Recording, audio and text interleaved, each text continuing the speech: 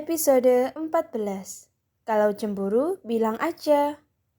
Fatir belum balik juga ya? Atlas yang baru kembali ke posko bertanya pada Intan. Belum, Tlas? Jawab Intan. Naila juga belum balik. Imbuhan yang diberikan Intan semakin membuat Atlas merasa gerah. Ia melirik jam tangannya, pukul 1:30, terhitung sudah 5 jam Naila pergi bersama Fatir. Terdengar Atlas menghembuskan nafas berat. Kenapa, Atlas? Tanya Intan lagi. Gak apa-apa. Atlas mengibaskan tangannya, kemudian ia masuk ke dalam kamar untuk mengganti baju kokonya karena ia baru balik dari sholat Jumat. Akhirnya gue punya waktu untuk tidur siang. Billy yang baru masuk kamar langsung menjatuhkan tubuhnya di atas kasur. Atlas hanya melirik sekilas pada Billy, setelah itu ia keluar lagi dari kamar. Atlas mundar-mandir di teras sambil membawa buku yang sama sekali tidak ia baca. Matanya lebih fokus melirik ke ujung jalan, seolah sedang menunggu seseorang. Salsa dan Luna yang melihat Atlas mundar-mandir pun hanya bisa saling pandang. Nah, itu dia. Atlas mengumam pelan ketika melihat dua orang dengan almamater hijau menampakkan mulai terlihat dari ujung jalan. Tidak sedetik pun Atlas melepas pandangannya dari kedua sosok itu.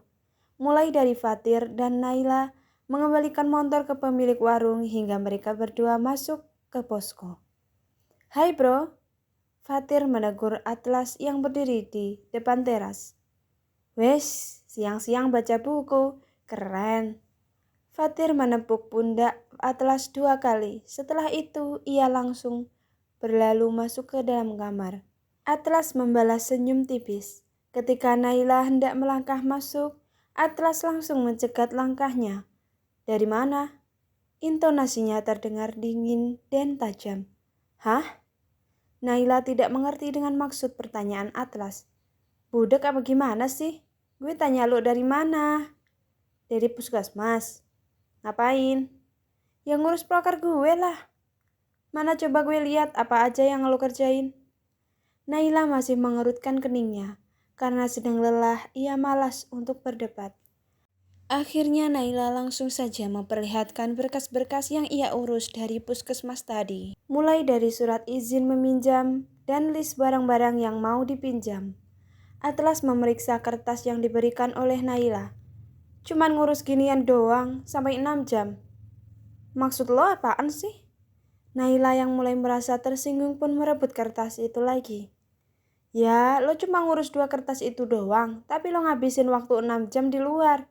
Buang-buang waktu tau nggak? Hah? Sejak kapan ada aturan batasan waktu untuk di luar? Lo ngerti poin yang gue sampein gak sih? Enggak.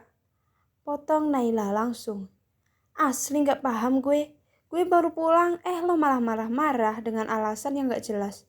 Kalau soal gue yang kelamaan di luar, kenapa Fatir tadi gak ikutan lo tegur juga? Ketahuan banget kan lo cuma nyari-nyari kesalahan gue doang. Cerca Naila. Atlas terdiam beberapa saat, sementara Naila mulai terpikirkan dengan percakapannya dengan Fatir di warung bakso tadi. Naila menelisik tiap ekspresi samar di wajah Atlas. Kemudian ia berkata, lo cemburu karena gue jalan berdua sama Fatir ya?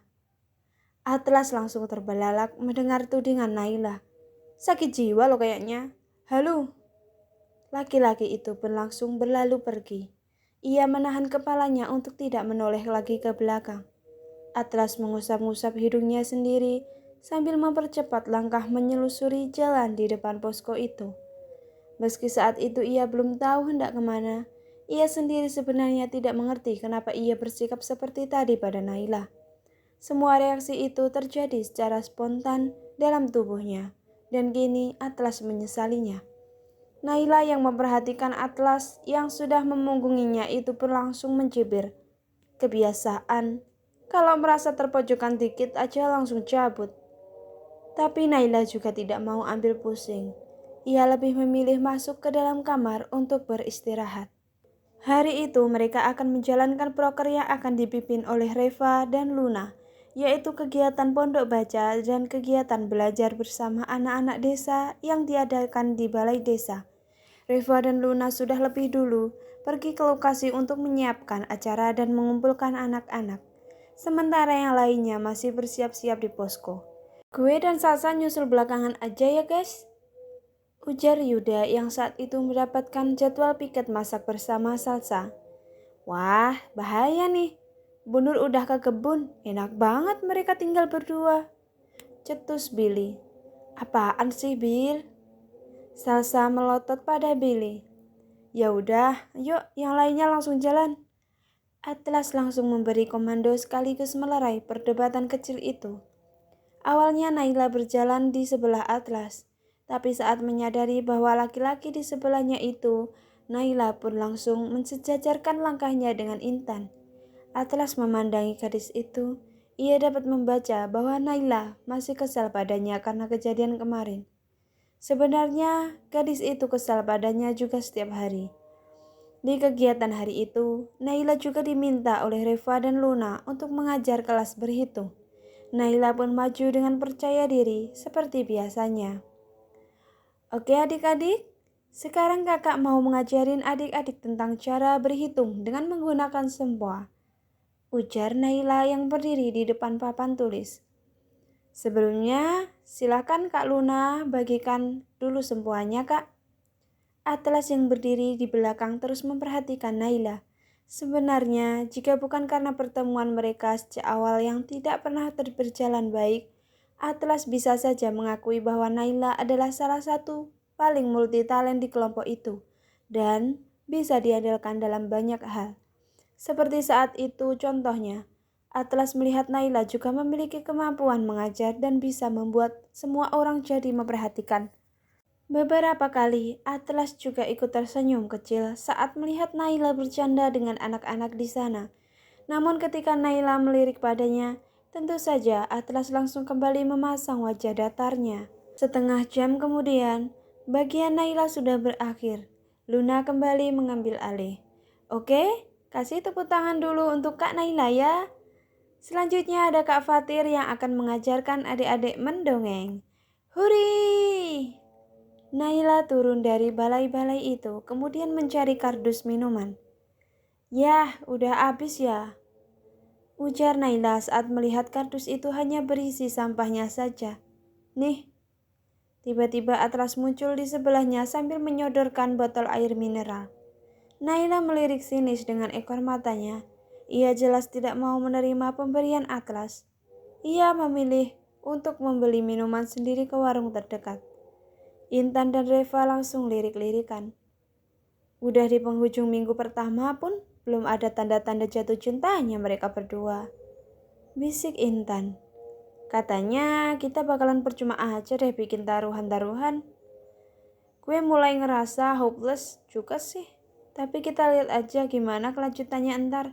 Semoga minggu kedua dan ketiga mulai kelihatan hilal, balas Reva.